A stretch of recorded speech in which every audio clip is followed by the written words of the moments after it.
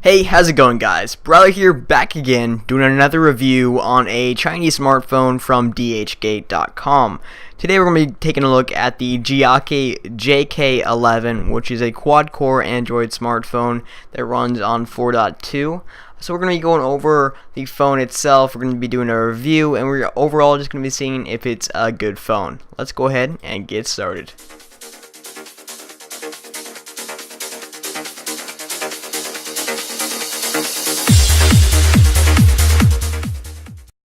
Again, I want to give my thanks and appreciation to DHgate.com for sending this phone out to review. If you want to get your hands on this phone, then make sure you check out the product link. It's going to be in the description below. So this is the Jiake Jk11. It's an interesting phone. It runs on Android 4.2, has a quad-core 1.3 GHz processor, and offers about a gigabyte of RAM, and also has only 4 gigabytes of storage, which rounds up to about 2.5 gigabytes of storage, which is really bad. And then, of course, you can expand it up to 32 gigabytes with a micro SD card. But besides all those specs, from just taking a look at it, it looks very similar to a Nokia Lumia phone. In fact, probably one of the earlier on phones, but it doesn't look too much like it. It just kind of draws from that, and it kind of has its own design on the front. As you can see, it has capacitive buttons, which really aren't that great and can become unresponsive at times. Front-facing 2 megapixel camera. The quality is really bad. It looks probably like it was a VGA camera or something like that you'd see on a phone from 2005. Camera on the back is 5 megapixels with an LED flash. On the sides, you have your standard volume up and down buttons, you have your sleep-wake buttons, then on the top you have your headphone jack. So overall, it looks like a normal phone, and it performs like a normal Android phone. It has an Mali 400 GPU, as well as an MTK6582 Cortex A7 quad-core. So not bad specs at all, just it performs a little slow when doing some normal to heavy usage with the apps and just browsing the phone and using it like a phone. Though this phone can sometimes be laggy when you're opening up an app or switching between pages, it performs pretty well when you're taking pictures or sending text messages, making a phone call, even playing a game here and there. It performs okay, you know, it performs as if a phone should perform. It's $117, and it does the job pretty well for a phone that costs only $100. I mean, you're not really going to expect that much. It's not going to perform like a flagship device like a Galaxy S5, so don't expect to be multitasking and doing a bunch of hardcore gaming on this, but it can perform some light to some medium duty tasks. So to give you guys an example of how well it performs with a game, I loaded up Dead Trigger 2 for you, and if you can't see it that well, I'm sorry, there's sun and it was kind of blocking the screen, but if you can't see it, okay, you'll be able to notice that it actually runs pretty well in the Jiake. I don't really see too much lag here and there, but it works fine. And if you want to game a little bit on this device, even with a game like Dead Trigger 2, which is pretty heavy duty when it comes to graphic processing, it does well. I mean, if you want to play Flappy Birds on here, it's going to handle it with ease. If you want to play Angry Birds, it's going to handle it with ease.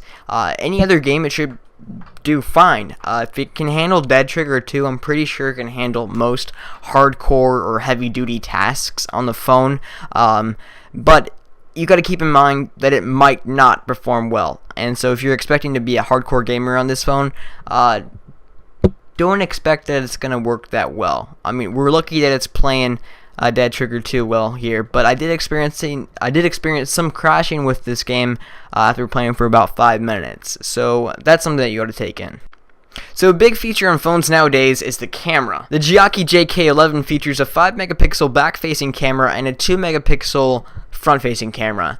Now, what a lot of these Chinese manufacturers like to do is fabricate what the actual camera is. So the front-facing camera is definitely not 2 megapixels. The quality is just terrible. The low light performance is bad. The actual pixel size and the actual size of the file is really small, and it just doesn't seem like it would be 2 megapixels and doesn't match up to what real 2 megapixels is. So if you need to take an Instagram photo or a little selfie here and there for your Snapchat, it's going to do okay, but the camera's just not that great, and it's not going to beat out a front-facing camera on an HTC One M8. The back-facing camera is actually pretty decent. It's 5 megapixels and looks pretty good. The video quality is actually not that bad, and I'll show you guys a little clip from it right now.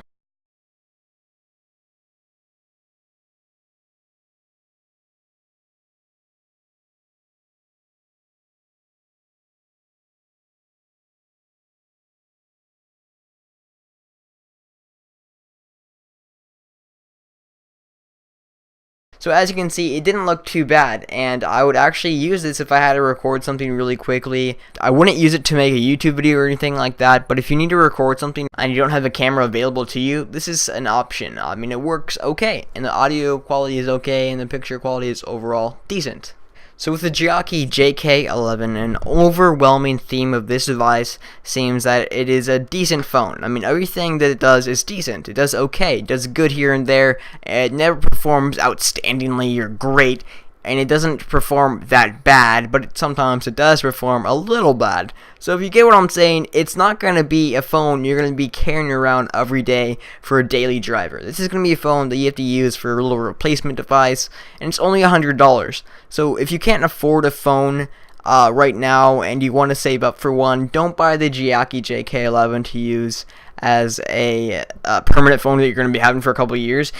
Buy it for a couple months while you wait for another phone that's going to be coming out. The Jk11 is at a really good price right now, and if you want to get one, definitely try it. The link is in the description, and if you want to try it out, definitely do so. The phone is okay. It will perform well in some areas and will do bad in others. But overall, the Jiake Jk11 is a decent phone, and it's worth a try if you're going to be needing a phone for a couple months or so. So thank you so much for watching the video. If you enjoyed it, then make sure you check out the product link below, because that would definitely help me out, and DHgate.com.